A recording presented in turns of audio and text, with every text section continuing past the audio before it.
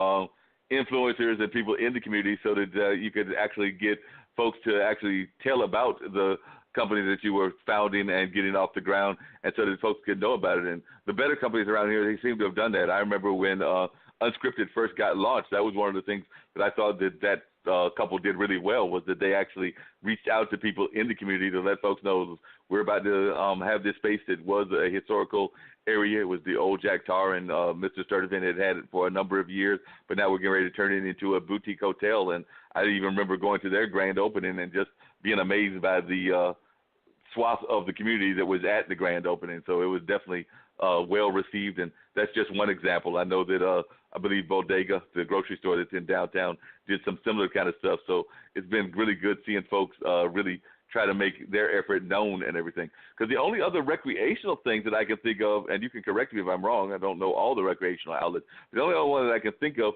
which I actually think is kind of a I keep saying I'm going to try it, but it also seems a little dangerous. But the only other recreational sport that I know that's going on in Durham is the urban axe people. Because, going in an axe at a Target sounds fun, but I would have the kind of luck that the axe might come back. Yeah, no, I know what you mean. I mean, I have not been yet. My husband and I it's on our list of things to do, and we want to support the business. And we also, it just sounds like fun to throw an axe at a Target.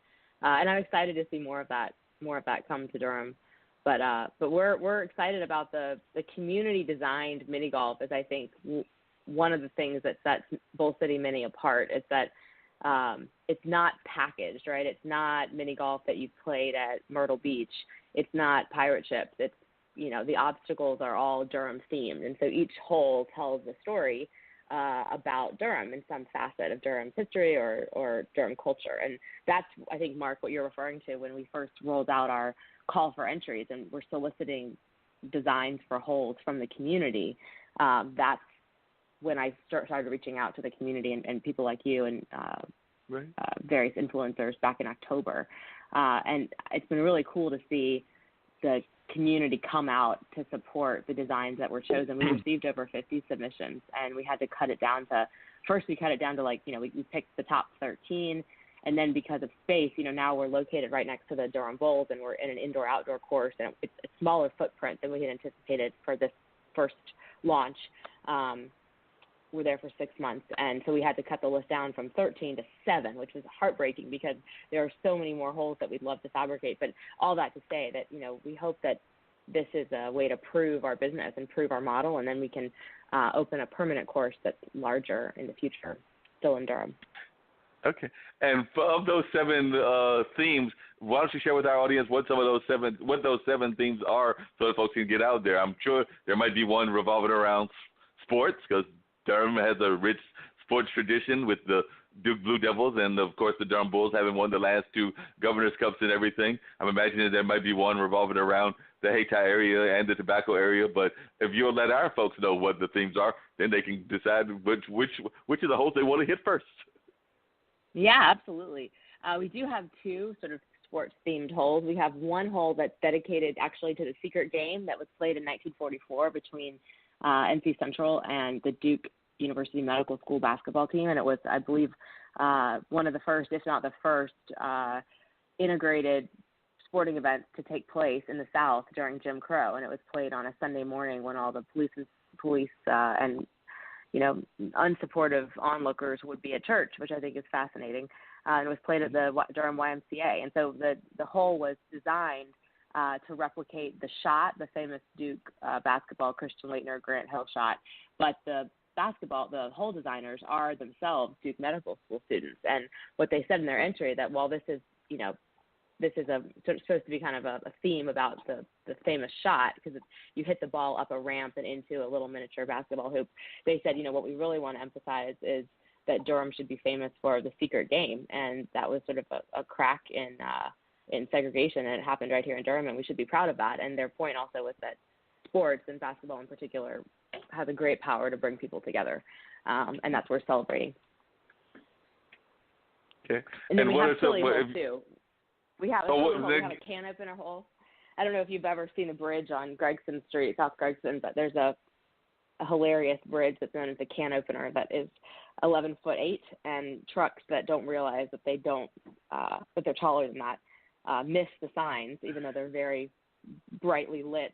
And essentially their tops of their truck get peeled off like a can opener. And so the bridge is kind of internet famous, you might say, because a couple here in Durham have a video camera on it, and 11foot8.com is their website, and they just show videos of trucks. It's sort of hilarious that these trucks just drive into this bridge and end up getting can opened. So we have a hole that's a replica of that bridge with a truck being peeled. So I'm imagining that you have to try to get the ball past the truck in order to win that hole. There are two ways to play that hole. You can get around the truck, or you can putt through the truck. So I'll tell you that it is not easy to putt through the truck. It is not an easy hole in one. But you can also putt around the truck, which we sort of have. The hole designers, actually, we credited two people with designs for this hole. We had several submissions, but that were can opener themed, but two groups in particular did just outstanding designs. One was a CAD model rendering of basically what you'll see on the course, and then one pair did a physical model, scaled model of it, and it was hilarious and fun and just really Durham. And so, you can putt through the truck, or you can also putt around it. And we have some donated metal, they call it scrap art, from real trucks that have been peeled that were in the process of hanging from the wall. They're a little sharp, so I'm concerned about kids getting cut on them, so we're going to put them on the wall instead of putting them on the hole. But it's, more sort of Durham-specific stories and kind of Durham folklore. Yeah, and that's definitely one that I know quite well. I actually used to live in the downtown area, so I'm familiar with that particular road. There's actually, I believe, two of them that are actually somewhat can openers, but you're right. The one on Gregson is the more famous one, but there's another one that's closer to the heart of downtown that is also, I think, taking off a couple of trucks as well. But there's a couple of those areas, but that is the most probably famous one, and ironically, it's right near the bus terminal. And you're right, there's big signs. They've even had the flashing lights. I know that a couple of times they put up flashing lights that even warn the truck drivers, but sometimes truck drivers, I guess they're just on a tunnel vision, and they're not thinking about what they're doing other than getting to their destination and delivering whatever their haul is. But yeah, I'm oftentimes amazed that that happens as often as it does. Yeah, it's hilarious. Totally. Are there any other comical ones? I'm always into interesting things that are comical, or any other historical ones that you want to share. We don't have to give all 7 of them, but maybe share another one or two if there's any that you're really proud of, and if there's another whimsical one, those are always fun to hear about. Yeah, there's one that was designed by a 14-year-old from Chapel Hill. That's basically a Durham Bulls themed hole, which is convenient because we're right next door to the Durham Bulls. But it's imagine skee ball, so you sort of putt like you're playing skee ball. So there's a sort of skee ball type of setup, and instead of the skee ball, the typical sort of circles, the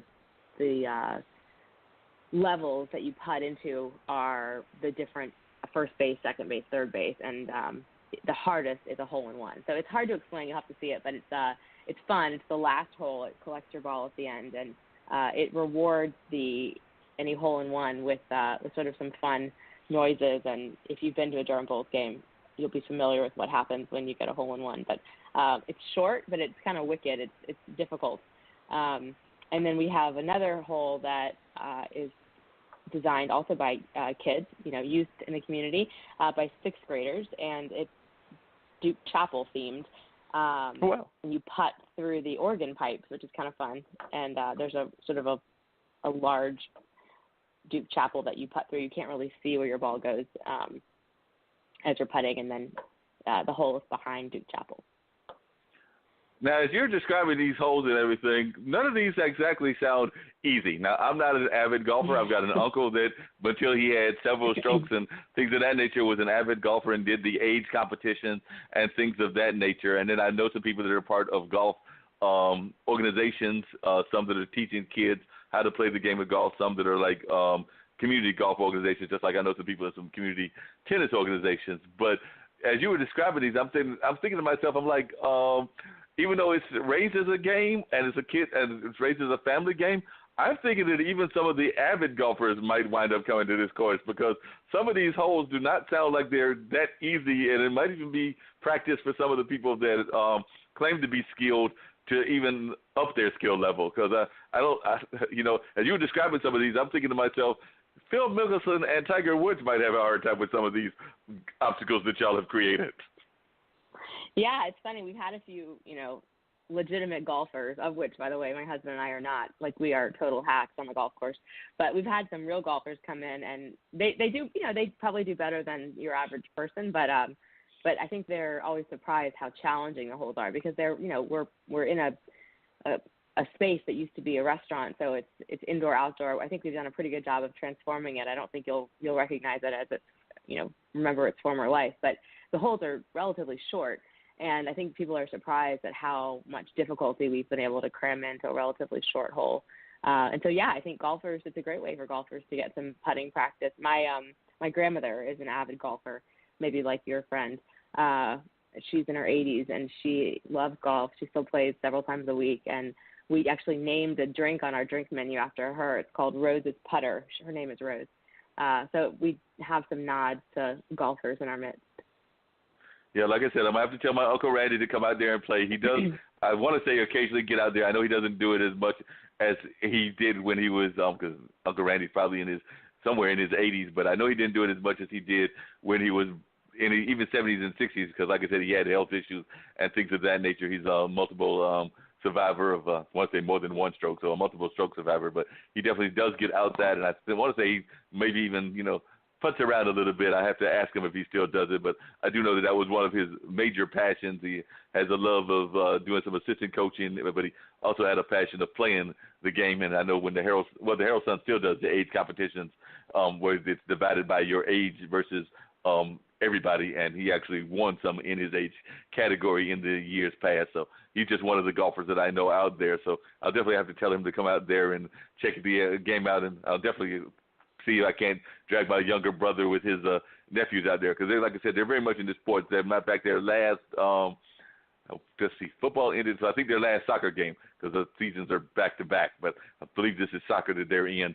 But that one is this weekend. But they've been involved in recreational stuff since they were about. I want to say they started when they were 5, maybe 5 or 6, so maybe even as young as 4. But they've been definitely involved in sports. So we know how important sports is to kids' development and things of that nature.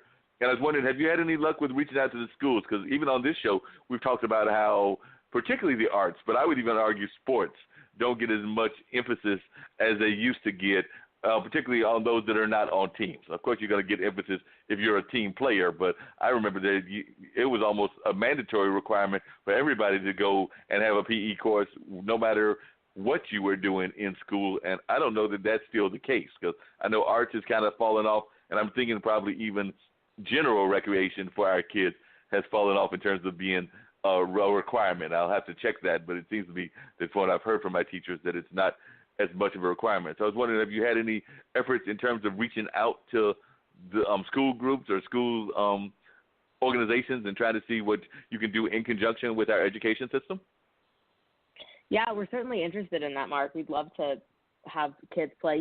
Because we're going to be open from June to October, I think there's good opportunity, May to October.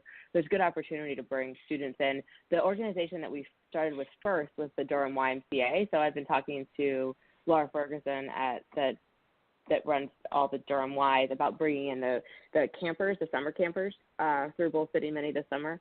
They run several programs, some summer camps while kids are tracked out of school. They have a Camp High Hope that's sort of like leadership development. So we would love to bring all of them through Bull City Mini and invite them to come play. I love the idea of, doing the school system, so I'll probably need to make some inroads there. But I agree with you. I mean, PE was the bane of my 9th grade existence, so I was not a poster child for physical education. But as an adult, I think, I realized how important it is to remain active and what a good stress reliever it is to exercise. And so this is also, it's just a fun thing I see it. This weekend was our first opening weekend, or publicly open this weekend. It was our grand opening, and we had so many families in that were really enjoying. The parents had a beer, the kids had a lemonade, and for 30 minutes, they just kind of played. And it's silly, right? Because you don't have to be good at mini golf to enjoy it. And I think there are relatively few, quote unquote sports that you don't have to be good at. I guess maybe